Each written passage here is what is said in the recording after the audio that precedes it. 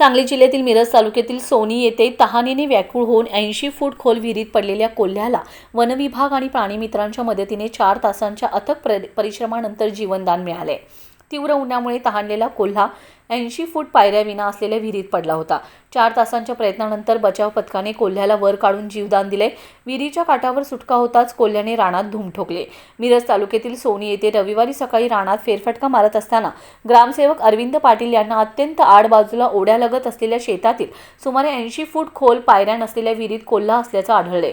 विहिरीतील पाण्यात पडल्यामुळे कोल्ह्याला कोणतीही दुखापत झाली नव्हती, मात्र तो विहिरीतील दगडी कठड्यावर बाहेर येण्याचा प्रयत्नात होता। पाटील यांनी वनक्षेत्रपाल सर्जेराव सोनवडेकर यांना तात्काळ दूरध्वनीवरून माहिती दिली। सोनवडेकर यांनी बचाव पथकाला याची माहिती दिली। विहिरीत अडकलेला कोल्हा घाबरून पाण्यात पोहत चक्रा मारत असल्याने परिस्थिती अधिक गंभीर बनली होती। घटनास्थळी पोहोचलेला प्राणीमित्र सचिन साळुंके व वनरक्षक गणेश भोसले यांनी विहिरीत उतरून जाळी व पोलच्या साहाय्याने अत्यंत कौशल्याने कोल्ह्याला पकडले। यावेळी प्राणीमित्र किरण नाईक यांनी बचाव कार्यात महत्त्वाची भूमिका बजावत समन्वय साधलाय। त्यानंतर मेघदीप कुदळे यांनी तत्परतेने कोल्ह्याला विहिरीत बाहेर काढले।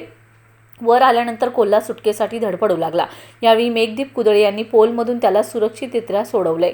मुक्त होताच कोल्ह्याने क्षणातच धूम ठोकत परिसरात धाव घेतले। दरम्यान यावर्षीच्या उन्हाळ्यात आतापर्यंत विहिरीत पडलेल्या 11 कोल्ह्यांना वनविभागाच्या बचाव पथकाने बाहेर काढून सुरक्षितपणे त्यांच्या नैसर्गिक अधिवासात सोडले असल्याची माहिती देण्यात आली।